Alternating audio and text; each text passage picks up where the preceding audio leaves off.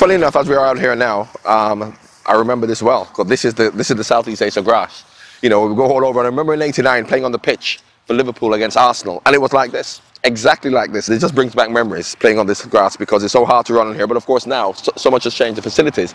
We were talking about it earlier, where they've got like perfect AstroTurf. Yes, yeah. But I like this. You know, we're a bit old school, so I like this kind of thing. I remember being here in Southeast Asia in probably 2 years ago. But even in 2 years, it's changed so much with the sponsorship, the massive sponsorship. There's like Standard Charter all over Asia, you know. Well, you know, not only have they brought Liverpool closer, they've also brought Southeast Asia, brought Singapore closer to Liverpool, because I was at Anfield a couple months ago, yes. And Standard Charter brought over about 100 people. Not just from Southeast Asia, but they had a tournament, and they had people from Africa, people from Kuwait, and they had 40 teams playing at Anfield in a five-a-side tournament. And myself and Rushy went along to the dinner and went along to the games, and they went to the Anfield experience and going into the stadium and going into the academy, going to the training ground. And I suppose that's fantastic because, as I said, once upon a time, people from this part of the world supported Liverpool financially as well. And never got an opportunity to experience it. I try to understand sometimes why, because Liverpool haven't won the championship for 25 years or something, 24 years.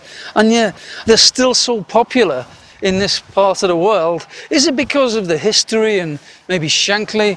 And I don't know, and it's a home club, isn't it? It's because of I think the fathers have been doing a good job. Because if you look at the movers and shakers around this part of the world, who may be between 40 and 60, they would have been brought up on Liverpool's success. The culture. The culture. And also, I mean, when they were young, 30 years ago, Liverpool were the best team. They were getting the success. Yes, yeah. Absolutely. So although their sons are now born... That's when you and me played, yeah? Well, even 40 years ago? No, 30 years ago. 30 years. When I first came out here, and I was so intrigued about the TV, and I asked my producer, how many were watching this game, and it was Liverpool versus Manchester United. And I never fell off my seat. He said there would be between 800 million and 1.2 billion just watching this one game. Yeah. I remember I came to a game, I didn't even come to a game, I came to, funny enough, Kuala Lumpur once. I was there with my wife and in a hotel, and the concierge said, oh, some people have come to see you. And some fans had heard that I had come, so I said I better go down and see them because they've turned up. I'm on holiday. I don't really want to go down, but they've come. And when I got down there, there's about 80 of them who had driven up from Singapore up to Kuala Lumpur. But how fanatical do you have to be, knowing you're never going to get to Anfield, you're never going to meet your heroes, but you're going to go and sit around at television and support your club, knowing you may never get a chance to see them play? That, for me, is real fanaticism.